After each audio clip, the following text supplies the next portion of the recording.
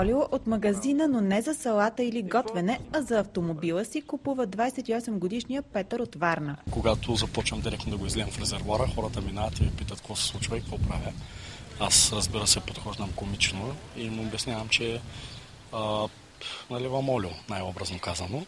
Петър минава на алтернативно гориво преди около 5 години. Споделя, че все повече негови познати избират да карат по природосъобразния начин. Твърдо вече не е мит. Мит беше 2005-2006, когато аз чух за първи път и започнах да карам.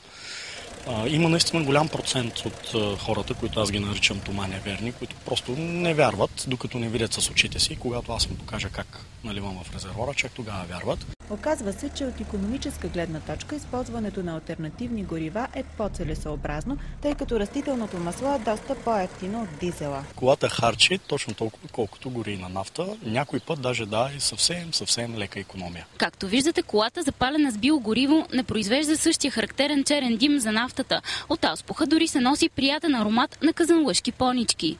Според еколози, използването на биогорива може да намали отделянето на вредни газове в атмосферата до 30%. При дизеловите горива се отделят по-малко сажди.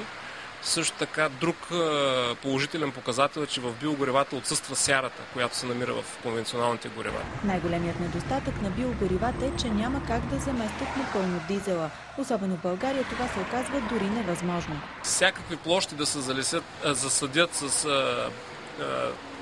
култури, от които могат да се произведат биогорива, пак биха стигнали за едно 4-месечно покриване на 4-месечно потребление. От друга страна, презасяването на маслодайни култури само с цел използване на гориво би могло да доведе до намаляването на хранителните продукти в бъдеще, споделят еколози.